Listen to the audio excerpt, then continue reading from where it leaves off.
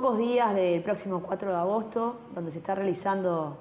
en nuestro país un pre-referéndum en lo que está vinculado con la ley trans, nos parece importante realizar algunas aclaraciones sobre la instancia propia de este domingo. En primer lugar, aclarar que el voto no es obligatorio. En segundo lugar, aclarar que es un pre-referéndum para buscar en un futuro poder derogar esta ley y que por lo tanto quien concurra no es una elección entre una papeleta de sí o papeleta de no, sino que simplemente con la acción de concurrir y de votar ya se está apoyando ese pre-referéndum. Por lo tanto, justamente lo que estamos convocando es a no ir a votar, como forma de expresar la negatividad con respecto a este proceso que se va a dar el próximo domingo. La expectativa de vida de las personas trans en América Latina es de 35 años. 8 de cada 10 personas trans han sufrido discriminación en su lugar de trabajo. 3 de cada 10 personas trans han logrado conseguir un empleo. 2 de cada 10 personas trans han logrado conseguir un empleo formal. 3 de cada 4 personas trans han sido excluidas del sistema educativo a partir de los 14 años. La instancia del próximo domingo en realidad no busca cambiar la ley, sino que lo que busca es directamente derogarla. Y ese es el camino por el que se está yendo con este pre-referéndum. Nos parece algo sumamente grave, porque tiene que ver justamente con quitar los derechos a aquellos colectivos excluidos que justamente la ley lo que pretende es integrarlos y sumarlos en la agenda de derechos de nuestra sociedad. Nosotros hemos acompañado todo el proceso de elaboración y de posterior reglamentación del proyecto de ley trans que nuestro país viene discutiendo y trabajando ya desde hace un buen tiempo. En septiembre del año pasado, cuando se estaba por aprobar la ley en el Parlamento, tuvimos la posibilidad además de estar en contacto con los propios colectivos vinculados a la temática, que junto a nosotros participaron en Junta Más Derechos, en una instancia en particular que realizamos para poder trabajar esta temática en el municipio CH en aquel momento. Luego, posteriormente, la ley se aprueba en el Parlamento, lo cual significó un avance importantísimo para este colectivo tan excluido de nuestra sociedad. Y luego pasó a la parte de la reglamentación para que finalmente pudiera concretarse lo que la ley planteaba. Hoy en día, con tanta desinformación y con tantas idas y venidas en cuanto a afirmaciones y noticias que no son del todo cierto, se vuelve sobre el tema de la ley en esta instancia del domingo, pero me parece más que importante destacar algunas cuestiones que tienen que ver con la propia ley y que en realidad como personas políticas y como personas de los lugares de representación que estamos en la obligación de acompañar, de ayudar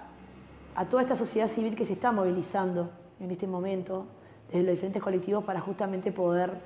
avanzar, informar y sobre todo informar bien sobre lo que la ley está proponiendo y es lo que en realidad se está aplicando en este momento en el Uruguay. En primer lugar, la ley plantea cuestiones que tienen que ver justamente con la exclusión de este colectivo, un colectivo mucho más pequeño que otros, pero con una situación de exclusión muy, muy importante. Por lo tanto, la ley va a prever lo que tiene que ver con la atención de la salud, lo que tiene que ver con los cupos en materia laboral, tanto en el Estado como también lo que tiene que ver con los cursos de formación. Como sabemos, la exclusión del sistema educativo no ha permitido que parte de este colectivo pueda formarse y por lo tanto pueda acceder a un trabajo formal desde lo que le interesa realizar como persona, sea una profesión, un oficio o algún tipo de actividad de otro tipo. Por lo tanto, la ley prevé en ese sentido esas actividades de formación. El acceso a la salud no es un tema menor, no tiene que ver solo con el tema del contralor de salud y con la posibilidad de acceder, sino que tiene que ver también con un proceso más que interesante, que todas las personas que integran el colectivo de una u otra manera pasan a lo largo de su vida. No necesariamente ni en la infancia, ni en la adolescencia, algunas incluso ya de adultas. Justamente todo el proceso de hormonización, de acompañamiento, que se realiza hoy en día y que hay lugares del Estado donde se atiende de manera personalizada, con un respeto, con calidad, lo que busca la ley es que justamente eso se amplíe y que sea mayor cantidad de lugares y que el Estado sostenga desde el sistema de salud todo este acompañamiento. ¿A qué viene este planteo? Porque, bueno, algunas de las informaciones que se están planteando en estos días hablan sobre el tema de la urbanización y los niños y niñas en nuestro país. Y que eso en realidad se plantearía desde una libertad absoluta, donde niños y niñas definirían por sí solos su proceso de urbanización y, por lo tanto, todo el aspecto posterior que se da a este proceso. Eso es algo que no es verdad. La ley, una de las cosas más discutidas que tuvo en el Parlamento Nacional fue justamente este proceso de urbanización y cómo buscar el cuidado y cómo buscar ese acompañamiento con su familia, con sus tutores, con sus papás. Y en ese sentido justamente no es que autorice a niños y a niñas por sí solos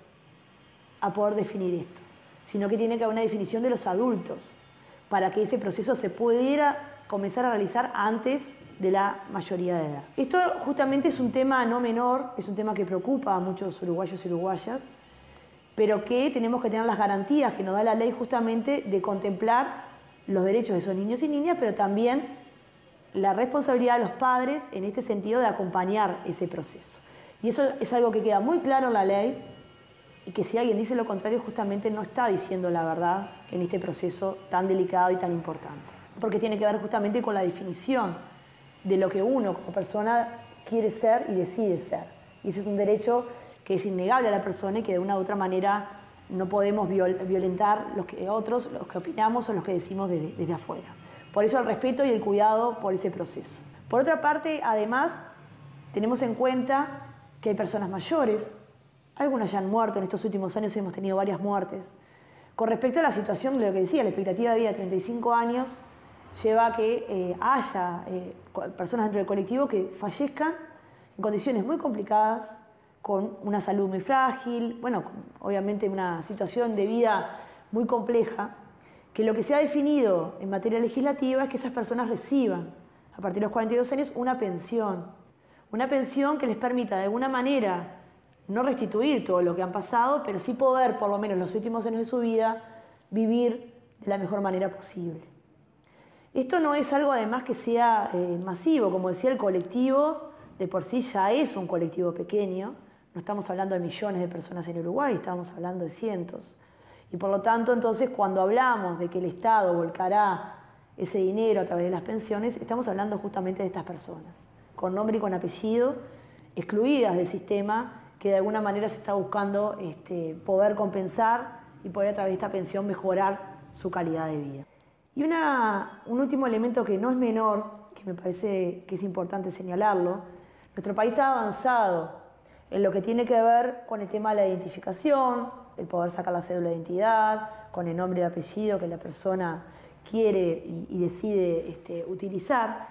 pero en realidad la ley también busca contemplar y garantizar eso, para que de alguna manera el cambio de identidad y todo el proceso que lleva a la documentación formal en nuestro país tenga también de alguna manera un sostén legislativo. Por eso también en la ley está contemplado lo que tiene que ver todo el cambio de identidad, el registro de nombre y demás, para dar las garantías necesarias a la persona que lo va a realizar. El domingo no es una jornada cualquiera, porque en realidad lo que estamos convocando es no ir a votar. Yo no voto este domingo. Creo que en realidad, más allá de que tenga claro que no voy a ir a votar, como así muchos de los compañeros y compañeras que conozco, amigos y familiares, quiero que sepas que esa instancia puede llegar a cambiar radicalmente lo que es no solo la ley trans en nuestro país, sino la agenda de derechos. Porque lo que se está buscando este domingo en realidad es volver a excluir a un colectivo que se ha buscado restituir derechos y que sin duda la exclusión que viven a través de esta ley es la primera instancia, el primer paso para lograr salir de esa exclusión. Todavía hay todo un camino por delante, con este colectivo y con otros, para seguir avanzando en este camino. Por lo tanto, si este domingo esta instancia de pre-referéndum fuera afirmativa, estaría deteniendo el primer paso que se da en el avance de la agenda de derechos con el colectivo trans en nuestro país.